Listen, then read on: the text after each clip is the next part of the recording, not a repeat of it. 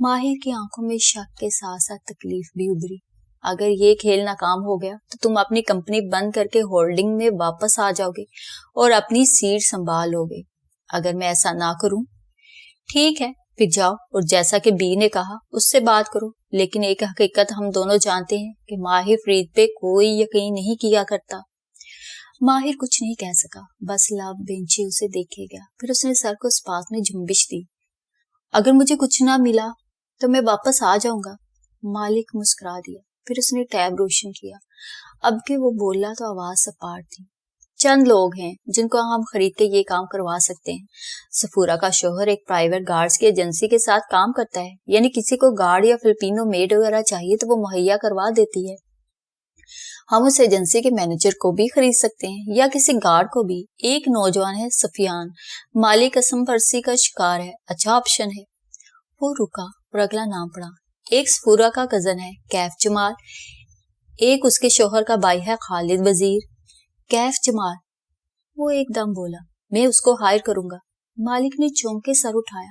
مگر اس کی پروفائل میں کچھ بھی متاثر کن نہیں ہے. ٹپیکل لوزر، بے روزگار. میں قدر پہ یقین رکھتا ہوں. قدر کو کوئی نہیں ٹال سکتا. اس کو کال کرو. اور ہاں، وہ پہلی دفعہ ہلکا سا مسکرایا. اس سے کہنا تم میرے مینیجر ہو. مالک کے کان سرخ ہوئے. میں تمہارا مینیجر نہیں ہوں ماہر بے. کیوں؟ اگر میں ہولڈنگ میں واپس آیا تو ہر کوئی اپنی اصل پوزیشن پہ آ جائے گا. میں CEO ہوں گا اور تم میرے ماتحت. یہ وہ جگہ ہیں جو میرے باپ نے طے کی تھی. وہ جیبوں میں ہاتھ ڈالے کھڑا تنزیات مسکراہٹ سے مالک کو دیکھ رہا تھا. مالک نے جیسے بہت ضبط کے ساتھ گہری سانس بھری. ٹھیک ہے جو تم کہو. میں صبح اس لڑکے کو کال کروں گا، لیکن ہم کسی اور کو بھی ہائر کر سکتے ہیں. ہم اسی کو ہائر کریں گے. لیکن مالک کو وہ نوجوان پسند نہیں آیا تھا. اگلی صبح جب وہ ماہر سے ڈیل طے کر رہا تھا، مالک صوفے پہ بیٹھا بیزاری سے پہلو بدل رہا تھا. کچھ ناقابل اعتبار سا تھا کیف جمال کے بارے میں. وہ انہیں دھوکہ دے گا. مالک کو یقین تھا. جب ماہر نے کیف جمال کے تمام سوالات کا جواب دے دیا، اس کو یہ بھی بتا دیا کہ اس نے اسے کیوں ہائر کیا تھا، اور کیف جمال خاموشی سے رقم کا پیکٹ اٹھا کے وہاں سے نکل گیا، تو بیربل اپنی جگہ سے اٹھا اور میز پہ رکھا آخری انچھوا کافی کپ اٹھا کے ماہر کے پاس آیا. وہ دونوں اب کھڑکی کے سامنے کھڑے تھے. ایک طرف سویٹ تھا اور دوسری طرف شیشے سے نظر آتا روشن شہر. موم بتیاں ابھی تک جل رہی تھی اور لیونڈر اور موتی کی خوشبو ویسے ہی پھیلی تھی، گو کہ ان کے حصے شامہ اب سن ہو چکی تھی. تمہاری کافی؟ آج مجھے اس کی ضرورت نہیں ہے. وہ جیبوں میں ہاتھ ڈالے کھڑا باہر دیکھ رہا تھا. بیربل نے افسوس سے اسے دیکھا. تم ابھی سے گلٹ محسوس کر رہے ہو ماہر. آگے کیا کرو گے؟ وہ خاموش رہا. تم نے کیف جمال کو سب کچھ سچ سچ کیوں بتا دیا؟ کیا ضروری تھا اسے بتانا کہ ہم کون ہیں اور کیا چاہتے ہیں؟ ماہر نے اپنا چہرہ بیربل کی طرف موڑا اور اب کہ وہ مسکرایا تو اس میں تکلیف بھی تھی اور اداسی بھی. تم نے کل رات کہا تھا کہ یہ دھوکہ کبھی نہ کبھی کھل جائے گا. ایک دن آئے گا جب وہ کیف جمال کی اصلیت جان جائے گی اور پھر اسے کٹہرے میں کھڑا کر کے پوچھے گی کہ اس نے یہ کیوں کیا. تم چاہتے ہو اس وقت کیف جمال اسے سچ بتا دے کہ ماہر فرید اس کی حفاظت کرنا چاہتا تھا. ماہر نے اس بات میں سر ہلایا. جو نوجوان ہم سے پیسے لے کر اپنی کزن اور اس کے دوست کو دھوکہ دے رہا ہے وہ سچ کبھی نہیں بولے گا ماہر. وہ اپنی جان بچانے کے لیے تمہیں ویلن بنا کے پیش کرے گا. یہ وہ آدمی کہہ رہا ہے جو کیکس بناتا ہے. میں نے کہا نا مجھے ایک چانس لینا ہے. مالک سمجھتا ہے کہ تم یہ سب انتقام کے لیے کر رہے ہو یا شاید اس لا حاصل تلاش کے لیے، لیکن میں تمہیں جانتا ہوں ماہر، تم یہ اس لڑکی کے لیے کر رہے ہو. تم چاہتے ہو کہ اس کے ساتھ وہ نہ ہو جو ہماری ماں کے ساتھ ہوا تھا. ماہر نے جواب نہیں دیا. وہ کھڑکی سے باہر پھیلے روشن دان کو دیکھ رہا تھا. لیکن جو تم کر رہے ہو وہ غلط ہے، بیربل اس کے ساتھ کھڑا باہر دیکھتے ہوئے کہہ رہا تھا. اور ایک دن وہ لڑکی دنیا میں سب سے زیادہ نفرت ماہر فرید سے کرے گی. لیکن اب بہت دیر ہو چکی تھی. اب وہ فریب کے اس کھیل کو شروع کر چکا تھا. اب ہم 1.5 ماہ بعد مئی کی آخری دوپہروں میں سے ایک میں واپس چلتے ہیں، جب کشمالہ مبین بیربل فرید سے ملاقات کے بعد وہاں سے اٹھ گئی. اس کا رخ لفٹ کی طرف تھا. وہ سیاہ ہیل سے چلتی ہوئی راہداری میں آگے بڑھنے لگی. فرش سیاہ اور سفید ٹائل سے مزین تھا.